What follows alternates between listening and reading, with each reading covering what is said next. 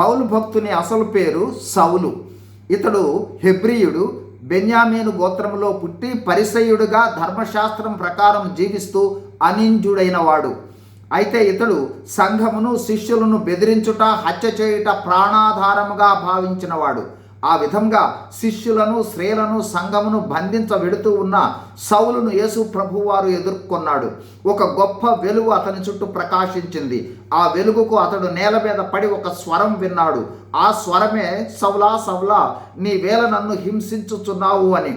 అప్పుడు సౌలు, ప్రభువా నీవెవడవు అన్నాడు. అప్పుడు ప్రభువు, నీవు హింసించుచున్న యేసును అన్నాడు. తర్వాత లేచి చూస్తే అతనికి కళ్ళు కనపడలేదు. 3 దినములు అన్నపానములు పుచ్చుకొనక ప్రార్థన చేసినట్లు చూడగలము.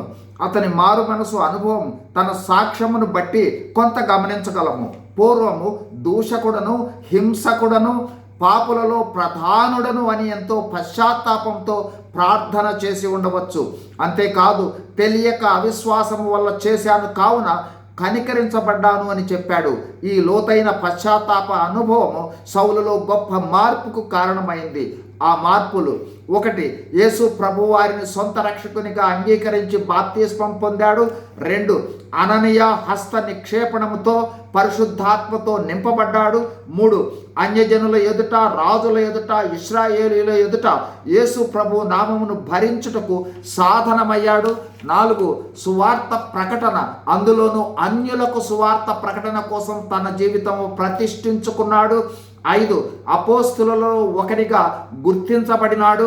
6. బైబిల్లో 14 పత్రికలు వ్రాశాడు. 7. సంఘ దర్శనాన్ని పొందుకొని ఆ దర్శనాలను తెలియచేశాడు. 8. సౌలు పౌలుగా మార్చబడినాడు. 9. అనేక శ్రమలు, బాధలు, హింసలు, మరణాపాయకార పరిస్థితులలో వెళ్ళి చివరికి నీరో చక్రవర్తి చేత శిరచ్ఛేదం గావించబడ్డాడు. 10. నిరంతర పరివర్తన అనుభవం కలిగి ఆదర్శంగా ఉన్నాడు. 11.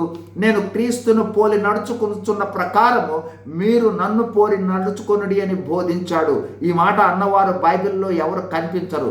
కావున ఎంత లోతైన మారు మనసు అనుభవం ఉంటుందో అంత దేవుని కొరకు సమర్పణ కలిగి జీవించగలము. God bless you. Thank you.